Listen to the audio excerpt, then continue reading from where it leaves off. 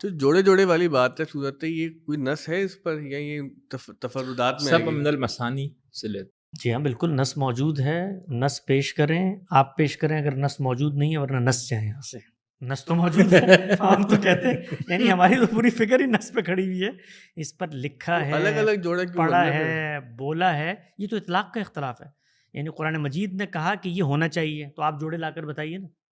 وہ بتا رہا ہے کہ قرآن نازل کیا ہے، تو یہ اطلاق تو ہو سکتا ہے صحابہ بھی نہ پہنچ سکیں اس تک. یہ اپلیکیشن کا مسئلہ ہے. یعنی وہ الگ الگ جوڑے ہیں، یہ ایمبیگوٹی خدا نے چھوڑی ہے ہمارے لیے خدا کہ بالکل چھوڑی. جوڑے ڈھونڈو. خدا نے علم کا امتحان برپا کیا عمل کے امتحان کے ساتھ. تو آپ کے خیال میں ایک عالم دین، اس کے لیے سب سے بڑی مہمز کیا ہوتی ہے قرآن مجید میں؟ یہ علم کا امتحان، اس کو دریافت کرو.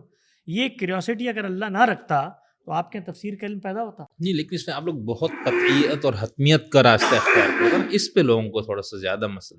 آپ بھی حتمیت بیان کرتے ہیں کہ بھئی ہمارا کابرین نے سمجھا، تو جب تک آپ پر حق واضح ہوتا ہے آپ اس کو حتمیت سے بیان کرتے ہیں. لیکن ہماری حتمیت کے اندر ایک طالب علمانہ چیز چھپی ہوئی ہوتی ہے، ہمیشہ یہ اقرار اصول میں کہ بھئی ہم غلط ہو سکتے ہیں.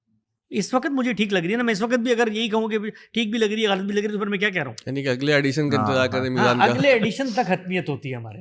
آپ لوگ ایڈیشن آتا ہے آپ لوگ بھی یہی موقف رکھتے رأینا صحیح و یحتمل الخطا. ہاں بالکل. پھر قطعی الدلالہ کتھا ہو؟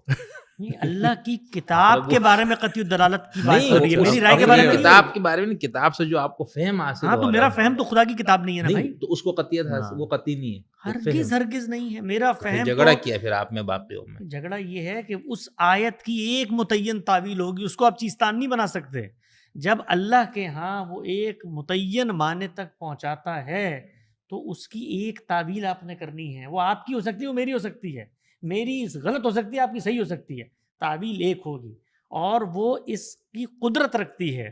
وہ جب تک ایک متعین تعویل نہیں دے گی تب تک وہ میزان نہیں بن سکتی. باقی لوگ کیا کہتے ہیں حسن صاحب؟ باقی لوگ یہ کہتے ہیں کہ قرآن مجید کی آیات کے متعدد مفاہیم ہو سکتے ہیں اور آپ لوگ کہتے نہیں ہو سکتے. اور جو تعویلا الا واحد، یہ تو مولانا فرائی کے سب سے بڑا اصول ہے قرآن مجید میں. تو اختلاف ہے. اس سے آگے کی بحثیں ہیں، وہ آج کے دور کی مغرب کی بحثیں ہیں. لوگ کہتے ہیں یہ مغرب سے مروب ہوئے ہیں، یہ ہوئے ہیں. اصل مغرب سے مروب ہمارا آج کے عہد کا مذہبی علم ہوا ہے، اور اس مذہبی علم کا بھی ایک خاص طبقہ ہوا ہے جو کیا کہتا ہے یہ زبان تو اس قابل ہی نہیں ہوتی. یہ بحث ہماری 14 سال علمی روایت میں کبھی ہوئی کہ زبان اس قابل نہیں ہوتی.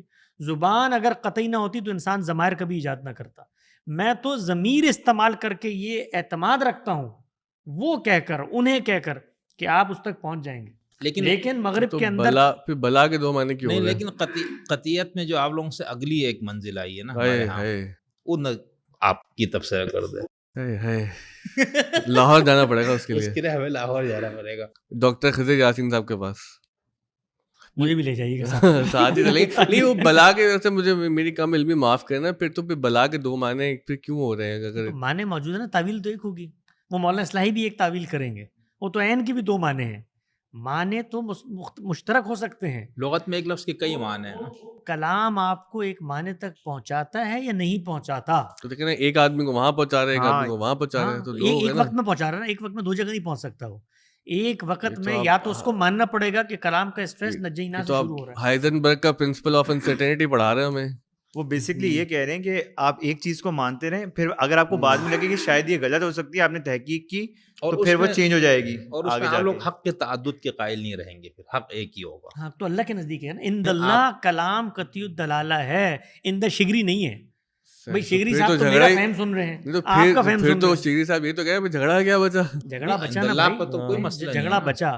جب تک آپ اس کلام کو قطعی الدلالہ نہیں بنائیں گے اس وقت تک خارج سے آ کر وہ اپنا معنی کی تعین کروائے گا. وہ کلام خود قطعی الدلالہ ہے، وہ یہ کیپیسٹی رکھتا ہے کہ اپنا مفہوم، اپنا معنی، اپنا مدعا آپ تک پہنچا سکے.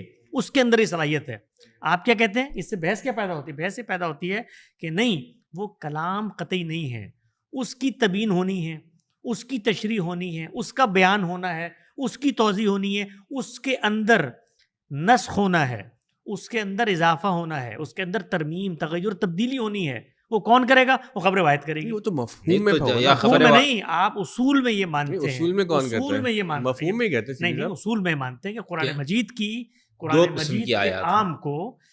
مجید کے عام کی تخصیص تنقیص، اس کے اندر ترمیم، اضافہ، تغیر، تبدل، یہ سب کچھ خبر روایت کر سکتی ہے. حدیث پاک کرے گی، حدیث کرے گی، لیکن غامدی صاحب کا یا اصلاحی صاحبوں کا موقف ہے کہ نہیں وہ ہم کریں گے. یہی مسئلہ ہے نا، یہی نیا کام ڈال لیا انہوں نے. ہم کریں گے، لیکن اس کتاب کو حکم مان کر، اور آپ کو یہ بتانا پڑے گا کہ یہ ہم نے کیا ہے، کیونکہ جب آپ بتائیں گے نا یہ آپ نے کیا ہے، تو آپ کو بھی اس کلام کے مقابلے میں اپنا ہم لانا پڑے گا نا.